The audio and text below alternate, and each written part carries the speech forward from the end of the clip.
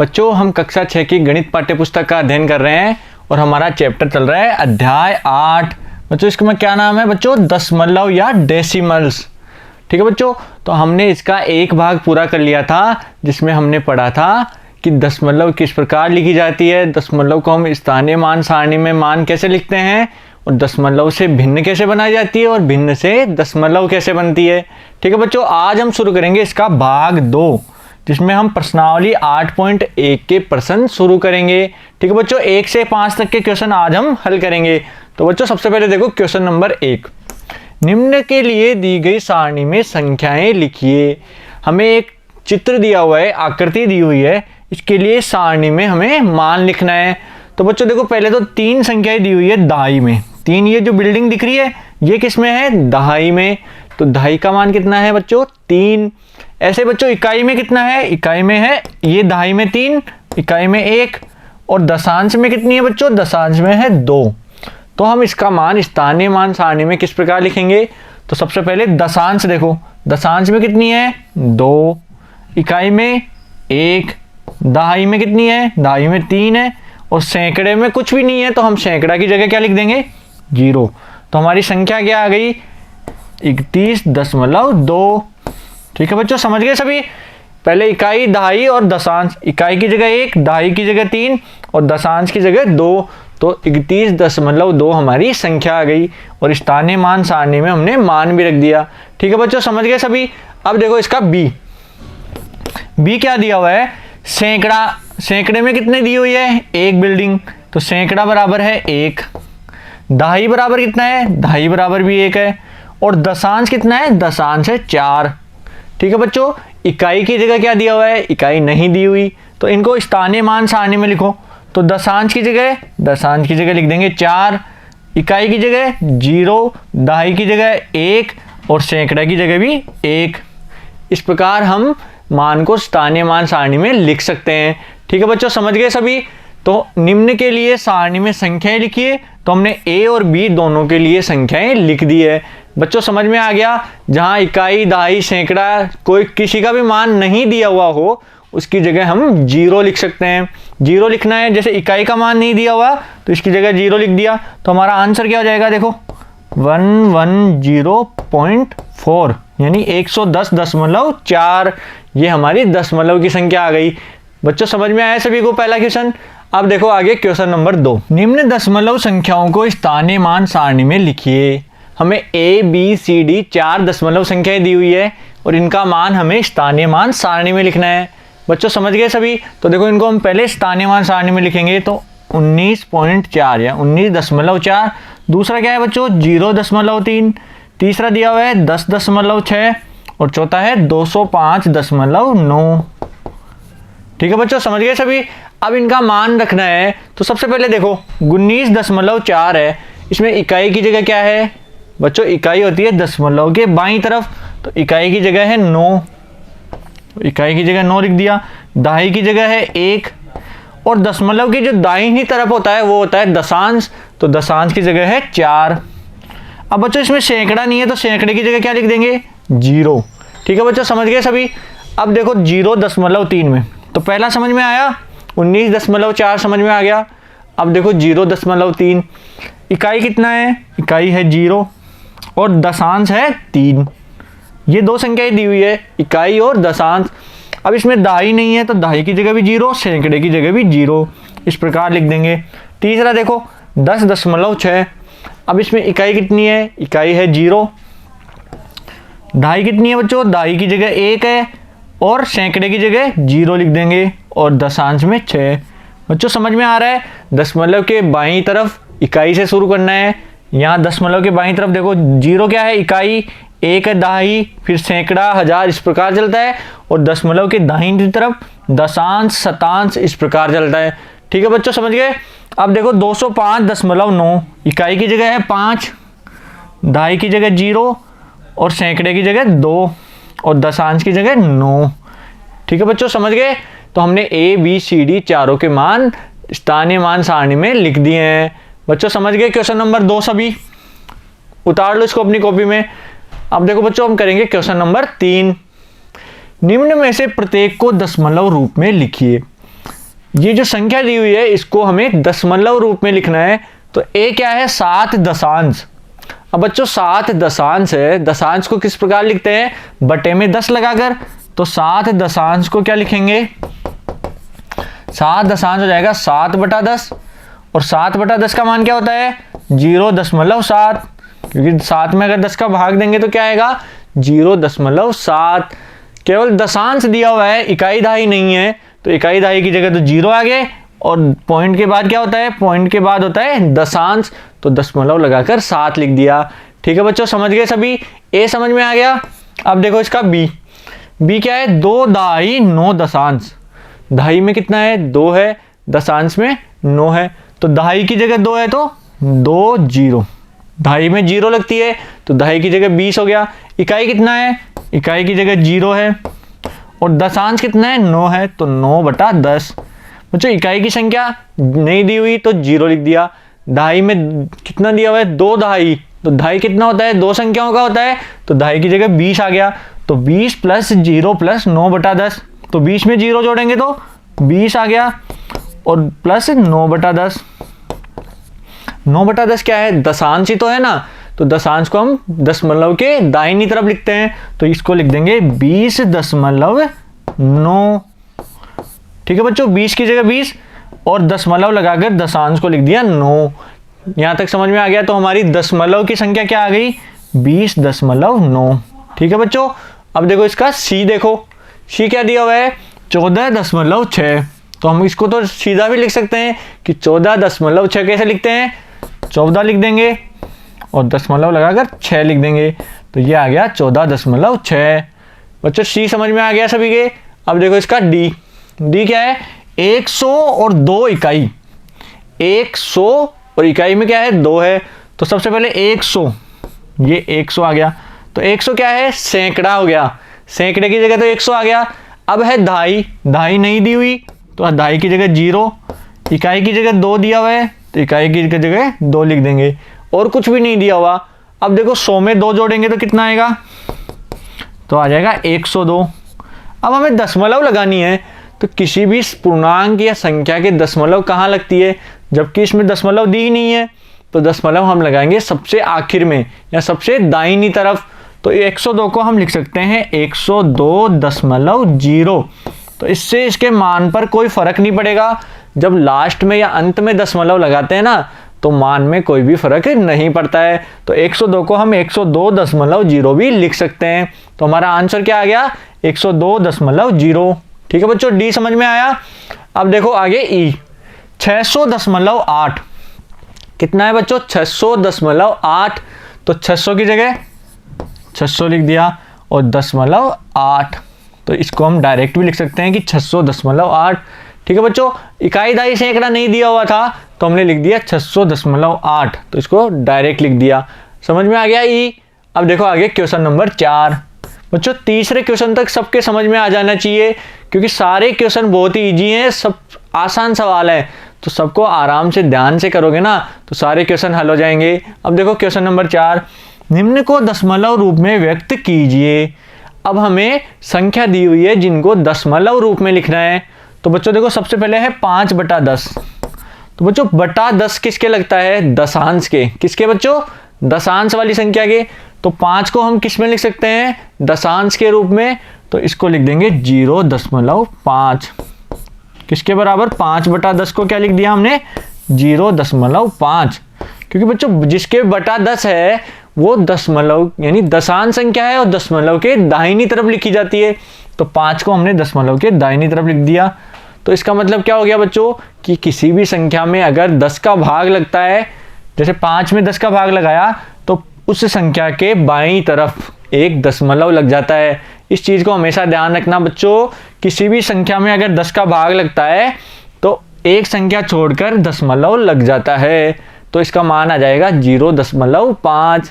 ठीक है बच्चों, आगे देखो इसका बी, 3 + 7/10। तो बच्चों 3 + 7/10 दिया हुआ है।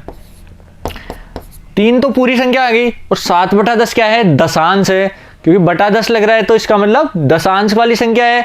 तो दशांश की संख्या को क्या लिखते हैं, पॉइंट लगाकर। तो 3 तो ऐसे कैसे आ जाएगा, और 7/10 को क्या लिख देंगे 0.7, तो हमारी आंसर आ जाएगा 3.7, 3.7। ठीक है बच्चों, हमारी दशमलव वाली संख्या क्या आ गई 3.7। तो बी समझ में आ गया सभी के। अब देखो इसका सी, 200 + 60 + 5 + 1/10। अब इसमें क्या क्या दिया हुआ है, 200 क्या है, 200 है सैकड़ा, 60 क्या है, 60 है दहाई, 5 है इकाई और 1/10 क्या है दशांश। ठीक है बच्चों, तो हम कैसे लिखेंगे, पहले तो देखो जो इकाई दहाई सैकड़ा है इनको जोड़ लेंगे। तो 200 में 60 और 5 को जोड़ो, तो बच्चों इधर देखो साइड में करके जोड़ लेंगे अपन, 200, 60 और 5 जोड़ेंगे तो क्या आएगा 5, 6, 2 यानी 265। तीनों को जोड़ा तो कितना आया बच्चों 265, तो हम लिख देंगे 265 + 1/10। अब किसी भी संख्या में अगर दशांश, 1/10 क्या है दशांश है, तो दशांश को किस प्रकार लिखते हैं, संख्या के आगे पॉइंट लगाकर, तो 265.1 ये हमारी दशमलव वाली संख्या आ गई। ठीक है बच्चों, समझ में आया, सी सबके समझ में आ गया। अब देखो बच्चों डी, बच्चों इनको अपनी कॉपी में भी साथ साथ उतारते जाना है। किसी भी वीडियो में अगर आपको कोई क्वेश्चन उतारना है तो वीडियो को उस जगह पॉज कर दो और सारे क्वेश्चन को अपनी कॉपी में नोट डाउन करने के बाद वापस प्ले करके देख लो। ठीक है बच्चों, तो देखो आगे डी, 70 + 8/10। 70 में क्या जोड़ना है 8/10, तो हम जोड़ेंगे देखो 70 + 8/10। 8/10 क्या है बच्चों, 8/10 दशांश है और मान कितना है 8, तो 70 में अगर दशांश जोड़ेंगे तो 70.8 ये हमारा आंसर हो जाएगा।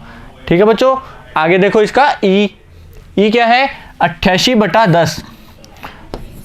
88/10, तो बच्चों 88/10 को किस प्रकार लिखेंगे 88/10। तो मैंने क्या बताया था बच्चों, अगर किसी भी संख्या में 10 का भाग दे रहे हैं तो उसमें एक संख्या छोड़कर पॉइंट लग जाती है।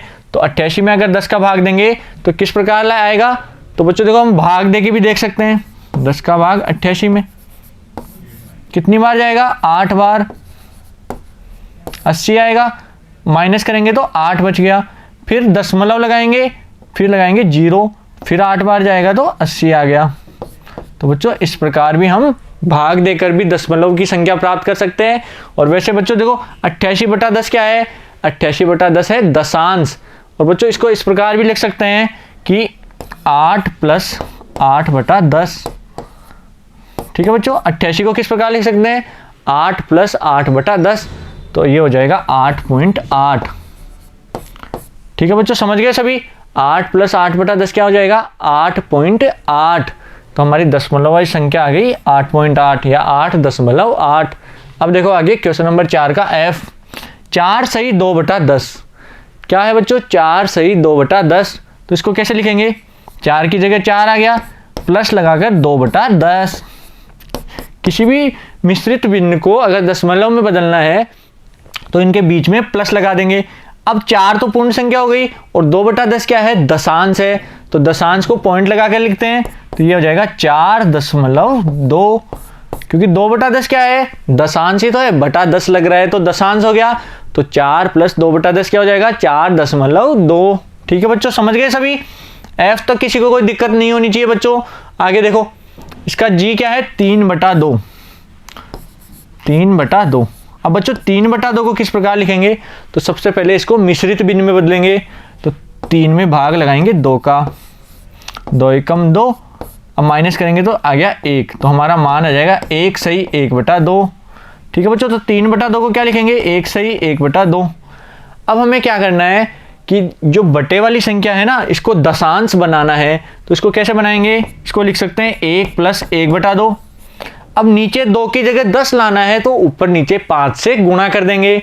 बच्चों यहाँ दशांश होगा तभी तो हम पॉइंट लगा सकते हैं या दशमलव लगा सकते हैं, तो नीचे क्या लाना होगा हमें 10 लाना होगा, तो इसको गुणा कर देंगे ऊपर नीचे 5 से।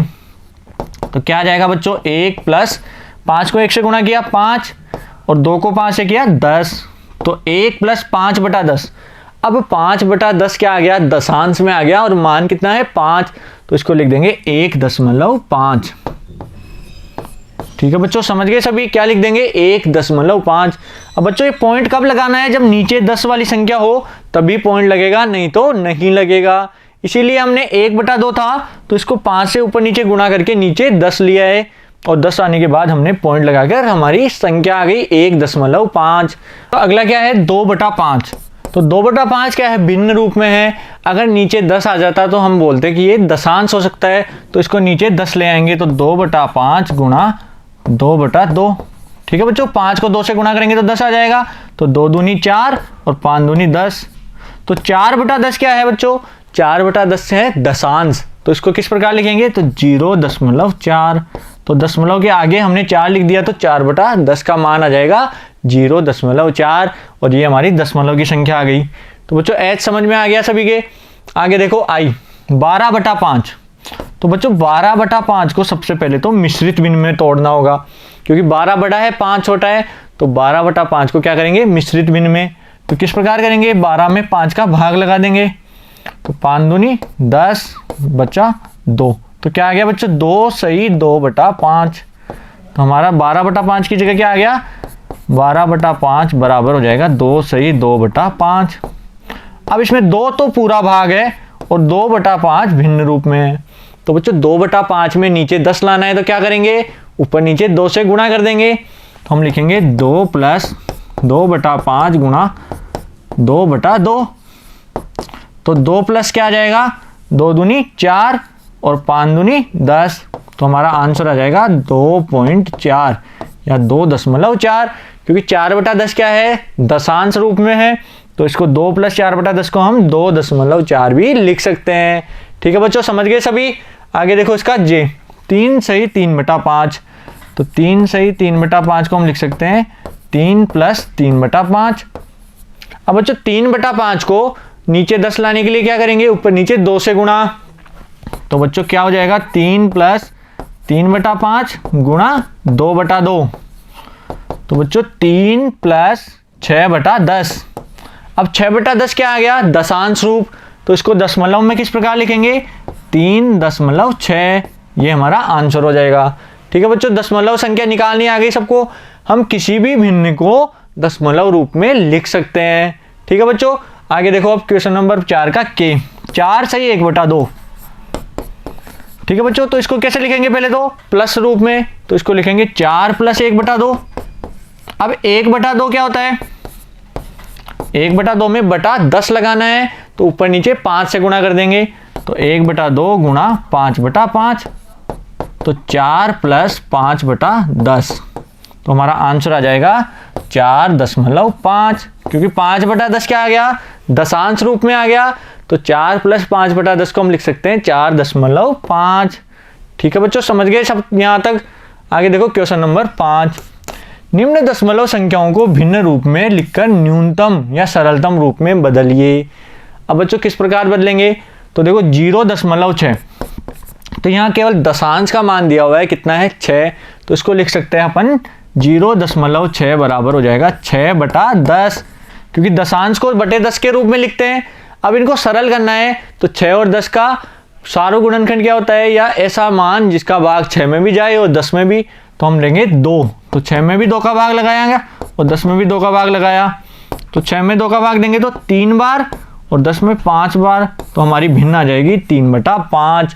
तो हमारी भिन्न क्या आ गई बच्चों, 3/5। 0.6 को हल किया तो 3/5। ठीक है बच्चों, ए समझ में आ गया। अब देखो बी 2.5। तो 2.5 को कैसे लिखेंगे, इकाई की जगह 2 है तो 2 और 0.5 कितना है, तो 5/10। तो बच्चों 2 + 5/10 कितना हो जाएगा, तो अब देखो किस प्रकार लिखेंगे, 2 + 5/10। तो बच्चों 2 को क्या लिख सकते हैं, 2 को लिख सकते हैं हम 20/10। क्या लिख सकते हैं, 20/10 + 5/10। तो क्या हो जाएगा मान, 20 और 5 25/10। तो 2.5 को हम लिख सकते हैं 25/10 के रूप में। तो हमारी भिन्न क्या हो गई, 25/10। क्योंकि बच्चों हर समान हो तो हम अंश को जोड़ देते हैं डायरेक्ट। तो 20/10 + 5/10 क्या हो जाएगा, 25/10। अब देखो सी 1.0। तो बच्चों 1.0 है, तो दशमलव अगर दाहिनी तरफ और उसके बाद 0 लग रहा हो तो उसको हम डायरेक्ट दशमलव हटा भी सकते हैं। तो 1.0 का मान हम 1/1 रूप में लिख सकते हैं। यही इसका सरल रूप हो जाएगा। ठीक है बच्चों, समझ गए सभी। या 1.0 को क्या लिख सकते हैं, 10/10, और इसको हम सोल्व करेंगे तो 1/1 ही आ जाएगा। बच्चों मैंने पहले ही बताया था, अगर लास्ट में दशमलव लग रहा हो उसके बाद 0 लिखा हुआ हो तो इसका मतलब है कि वह दशमलव वहाँ नहीं है, या इस दशमलव को हम हटा भी सकते हैं, तो इसका मान हो जाएगा सिर्फ 1। अब देखो बच्चों डी, 3.8। बच्चों 3.8 को किस प्रकार लिखेंगे, 3 की जगह 3 और 8 की जगह 8/10, क्योंकि 8 क्या है, दशांश है, तो 8.8 को क्या लिख दिया, 8/10। अब बच्चों 3 में 8/10 किस प्रकार जोड़ेंगे, तो 3 को लिखेंगे 30/10 प्लस 8/10, तो ये हो जाएगा 38/10। अब बच्चों इसको सोल्व करें आगे, तो 2 का भाग 38 में भी जाता है और 10 में भी जाता है, तो 38 में कितनी बार जाएगा, 19 बार, और 10 में 5 बार, तो हमारा आंसर आ जाएगा 19/5। इसको हम सरल रूप में लिखेंगे तो क्या आएगा बच्चों, 19/5। ठीक है, यहाँ तक समझ में आया। अब देखो ई 13.7, तो बच्चों 13.7 को कैसे लिखेंगे, 13 + 7/10।